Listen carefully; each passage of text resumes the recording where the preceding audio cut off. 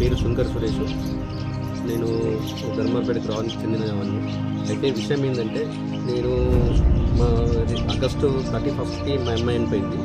చనిపోతే 2-3 రోజుల తర్వాత మేము దినాలు చేసిన తర్వాత అప్పుడు మా సుందరులు మా అక్క అంటే ఊళ్ళోనే మా అక్కని ఇచ్చిందానికి మా అక్క ఈ దినాలకు వచ్చిందానికి ఏం చేశారంటే, వాళ్ళు మీ అక్క వస్తే మేము రాము అని చెప్పేసి పుల్ల బ్రేక్ వేసేసి మమ్మల్ని నెక్స్ట్ 10వ తారీఖు నాడు అంటే ఆగస్టు తర్వాత వచ్చే 10వ తారీఖు నాడు మమ్మల్ని కుల బహిష్కరణ 5 కుటుంబాలను కుల బహిష్కరణ చేసి అయితే ఈ కుల బహిష్కరణ జరిగిన తర్వాత నేను అంతకన్నా ముందు ఏంటంటే మాకు చావుకు వచ్చారు. దినాలకు రాలేదు కానీ ఇచ్చే మిగతా పైసలు అంటే చావు ఖర్చు పెట్టారు. దినాలకు పైసలు ఇవ్వలేరు కదా. మరి దినాలకు పైసలు ఇవ్వమంటే పెద్ద మనిషికి ఫోన్ చేస్తే పెద్ద మనిషి ఏమన్నంటే ఇస్తాము రమ్మని పంపిస్తే మళ్ళీ ఏం డిసైడ్ చేసుకున్నారో తెలియదు.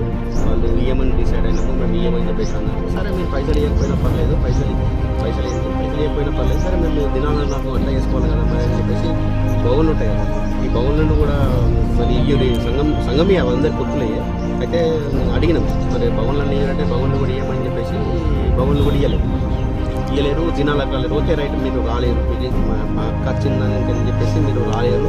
మీరు రాకపోతే నేను మీకు ఇష్టం లేనిది రాలేరు అని చెప్పేసి నేను అనుకోని ఏం చేసినట్టే సరే రాకపోయారు అని చెప్పేసి నెక్స్ట్ 10 తారీఖు నాడు సంఘం ఉన్నదని చెప్పేసి నేను డబ్బులు పంపించిన. ఆ రోజు నేను ఫస్ట్ నిద్రపోయిన రోజు అయితే అదే రోజు 10 తారీఖు ఉండే. 10 తారీఖు నాడు నేను మామూలుగా అంటే మా కోడలు ఇంట్లో వాళ్ళు ఉండే, వాళ్ళతో నేను పైసలు పంపిస్తే మేము మొత్తం మా సొంతలో ఏంటంటే 26 పొయ్యిలు ఉండే. 26 పొయ్యిలకి వచ్చి మేము 21 పొయ్యి మాత్రం మేము పైసలు తీసుకున్నాము. మేము 5గురిని మేము కుల బహిష్కరణ చేసినామని చెప్పి వాళ్ళే తీర్మానం చేసుకొని మమ్మల్ని 10 తారీఖు నుంచి పక్కన పెట్టడం జరిగింది. దీంతో 4 నెలలు అయితే నేను దీని మీద కేసు పెట్టినాను. కేసు పెడితే వాళ్ళు కూడా మంచిగానే స్పందించారు. వాళ్ళు కూడా కేసు నమోదు చేసుకున్నారు. మేము కోర్టుకు పంపిస్తామన్నారు, కోర్టుకు పంపించారట. ఇక మరి అది ఆ తర్వాత ఏం జరిగింది, ఇప్పటికి 3 నెలలు అయిపోయింది, 4 నెలలు అయిపోయింది. ఇక మమ్మల్ని వాళ్ళు పిలుస్తలేరు. రీసెంట్గా కూడా మొన్న ఒక 2 ఫంక్షన్లు జరిగినాయి. 2 ఫంక్షన్లు అంటే అది ఒకటి గాజులు కొత్త ఇప్పుడు వచ్చింది కదా, ఆ గాజులు పెట్టుకుని కొత్త చీరలు కట్టుకోవడం అది వస్తే దాంట్లో కూడా ఇప్పుడు ఎవరైతే వాళ్ళకు ఎక్స్ ఉన్నారో వాళ్ళతోనే కలిసి వీళ్ళు పోయినరు. వాళ్ళు మమ్మల్ని కులంలోకి నుంచి బహిష్కరించినారు. అయితే వాళ్ళతోనే పోయారు. మళ్ళీ రీసెంట్గా నిన్న మొన్న కూడా ఒక ఫంక్షన్ జరిగింది.